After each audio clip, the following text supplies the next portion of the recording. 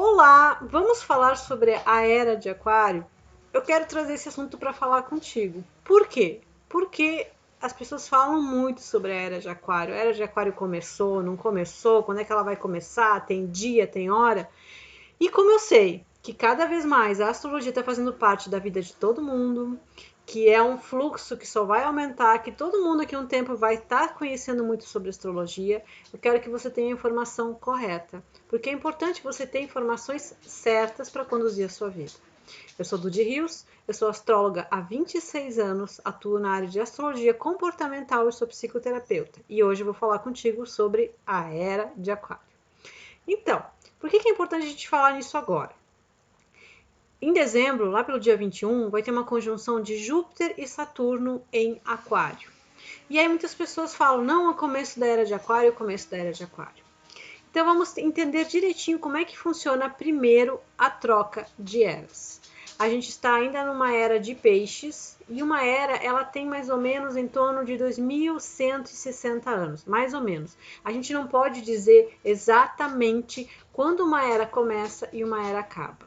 A era de peixes foi estipulado que começou lá no ano zero da era cristã e a gente teve 2000 anos de uma era de peixes. A era de peixes é a era das religiões, é a era das pessoas buscando mestres, buscando gurus.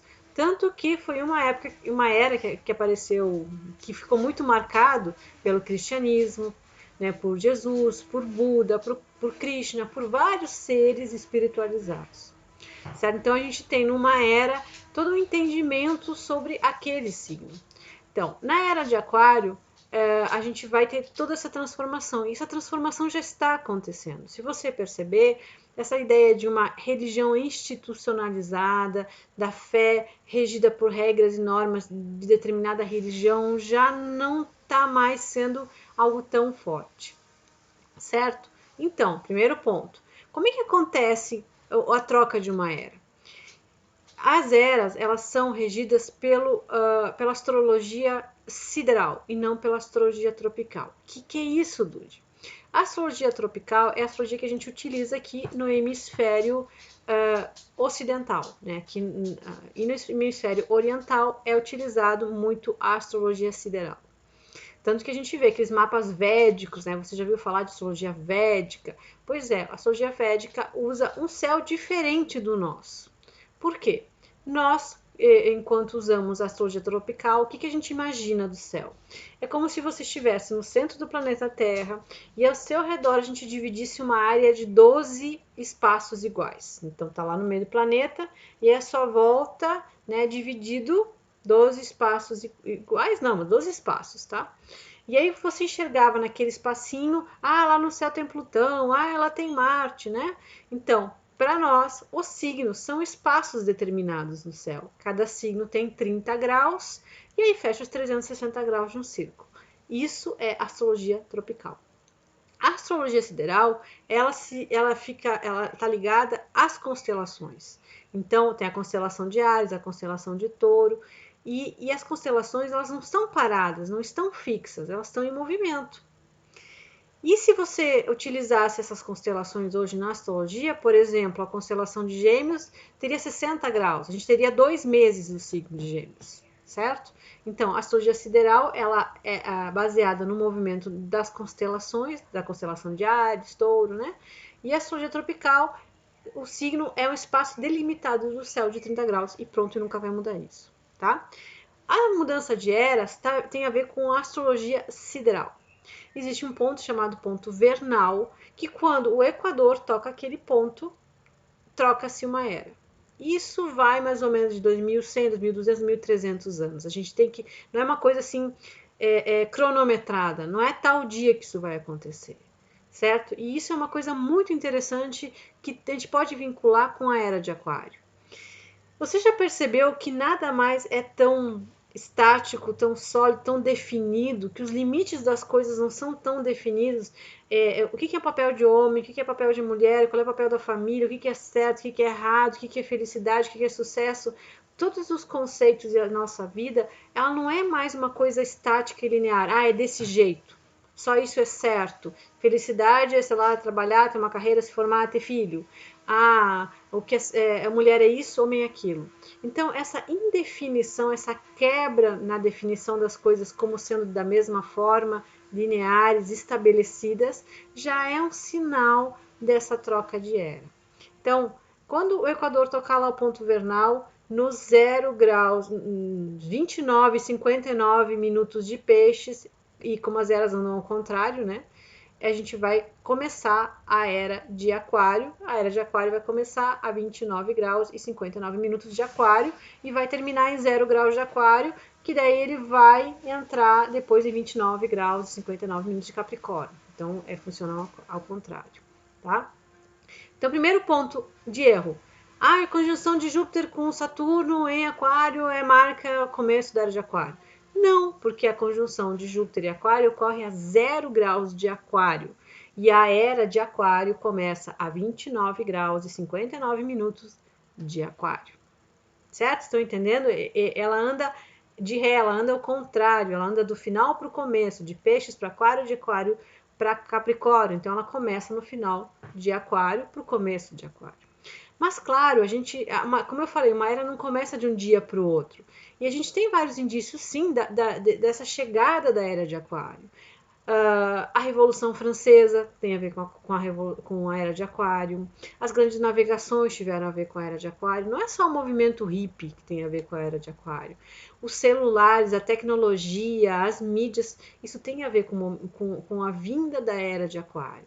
Sim, essa conjunção de Saturno com Júpiter em Aquário é mais um prenúncio dessa vinda. Depois vai vir Plutão em Aquário, que também vai ser um prenúncio. Mas para o pontinho certinho lá, o pontinho vernal, né? Marcar o começo da era, isso vai ser lá por 2350 e 60. A gente não tem que esperar o movimento acontecer, mas ele é um movimento que demora de 2100, 2200, 1300 anos. A gente tem que chegar lá e perceber astronomicamente esse momento. Então, eu acho que é uma das coisas mais marcantes dessa era de aquário. Nada mais é estático, nada mais é tão definidinho, nada é assim, desse jeito tem que ser, sabe? Quadradinho, limitado, delimitado. Tudo é misturado, é permeado, é um pouco de como era e um pouco de como vai ser. Não é bem como era antes, agora é tudo meio novo, mas não é nada tão definido, tão delimitado.